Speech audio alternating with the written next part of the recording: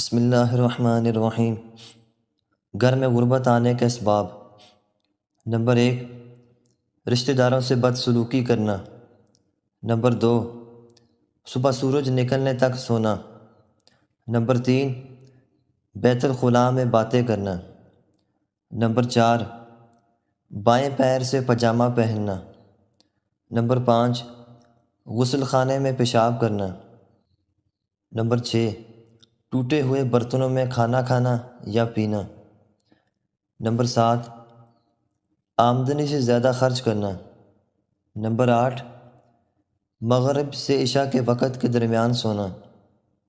Number 9، مہمان آنے پر ناراض ہونا۔ نمبر 10، 40 دن سے زیادہ زیر ناف کے بال رکھنا۔